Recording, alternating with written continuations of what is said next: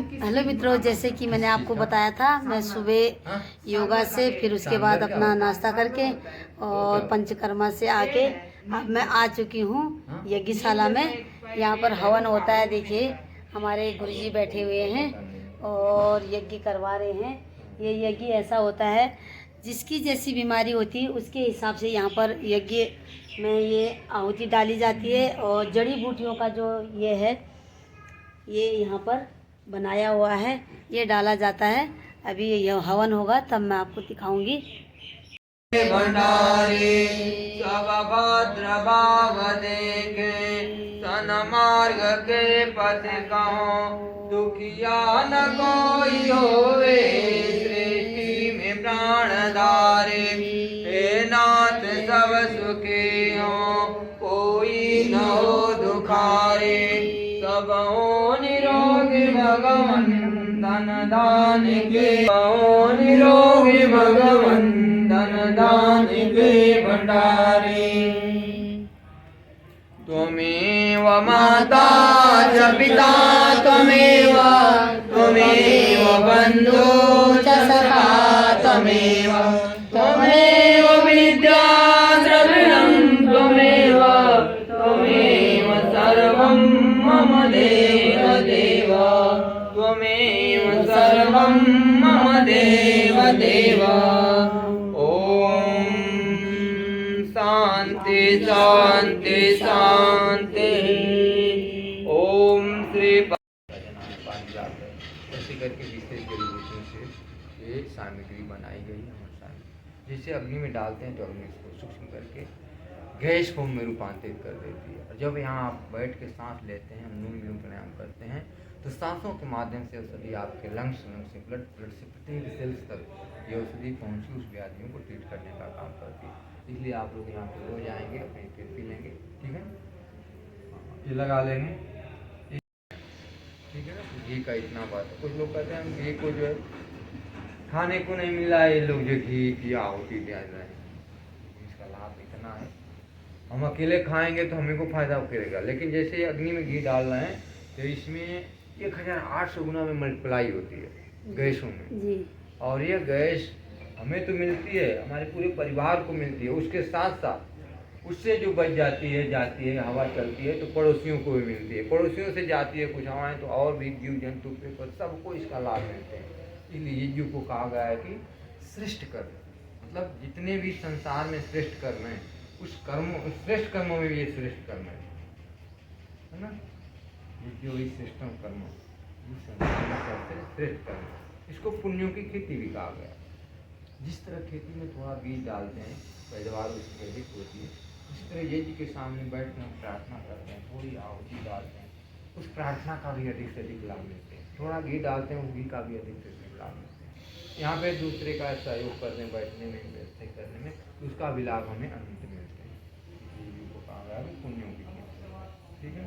तो घर पे जाएँ, ना हो डेली हो पा रहा है तो हफ्ते में एक दिन तो कर ही लेंगे। कोई मंत्र नहीं आ रहा है, गायत्री मंत्र सबको आता है, उस मंत्र से ही आ रहा है, कैसे क्या और सवाल जितना आप देना चाहते हैं दे लेंगे और देखेंगे उस दिन कितना अच्छा लगता है। इसलिए करने से ठीक है ना बाबू। तो तिलक लगाएंगे और आराम लक्ष्मी की चीज करेगा। ओम स्वस्ति स्वस्ति स्वस्ति। अभी हवन होने के बाद यहाँ पे हमारे गुरुजी जो हैं सबको तिलक लगा रहे हैं।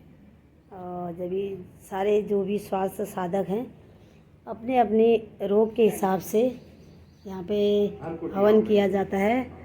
और यहाँ पर चार्ट लगा हुआ है, जैसे वात एष्टि, ये जिनको वात की प्रॉब्लम, गठिया जोड़ों की प्रॉब्लम होती है और उनके लिए यहाँ पे ये कुटिया बनी हुई है। और बाहर भी हैं बहुत सारी कुटिया, अलग अलग रोगों के हिसाब से अलग अलग यहाँ पर सारी कुटिया बनी हुई हैं, ये देखिए। और फिर बीचों बीच हवन कुंड बना हुआ है, बहुत सुंदर। हमारे बाबा जी ने बहुत ही सुंदर और यहाँ पर एकदम स्वास्थ्य की दृष्टि से बहुत ही बढ़िया यहाँ पर व्यवस्था की हुई है।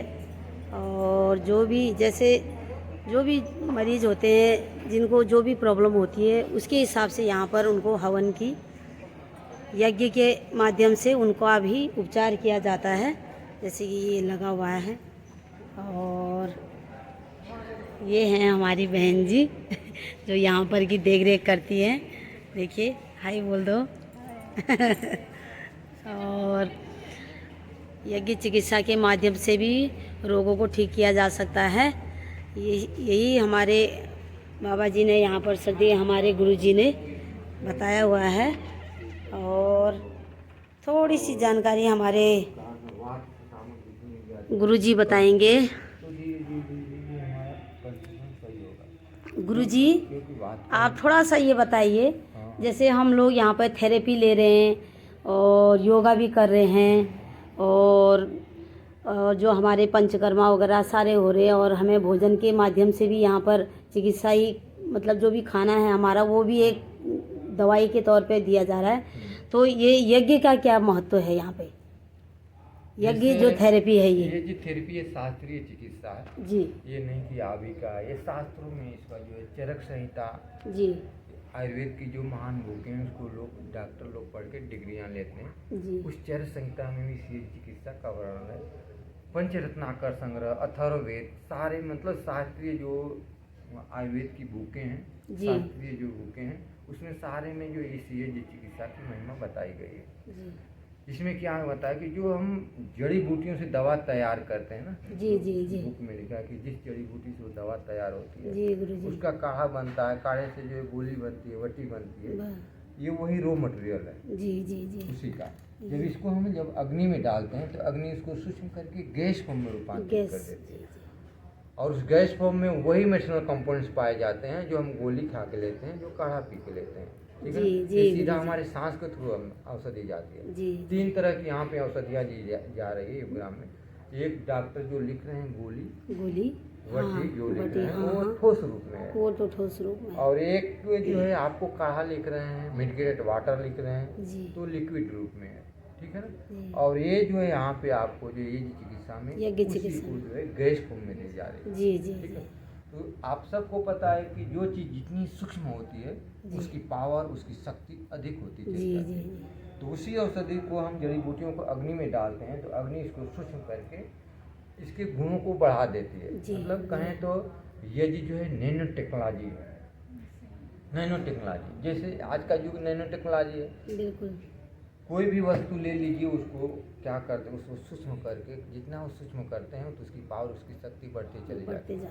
जी, तो उसी तरह हम अग्नि में जब सामग्री डालते हैं, घी डालते हैं तो इसकी पावर, इसकी शक्ति बढ़ जाती है और बढ़ने के कारण ये ज़्यादा प्रभावी होती है। शास्त्रों में तो कहा गया है, अथर्ववेद में कहा गया है कि यदि चिताहिरु यदि वा परेतो यदि मृत्युरंतनीक एव तमाहरामी नृत्युपस्था 10 पार्श्वनम सत्सारदाय।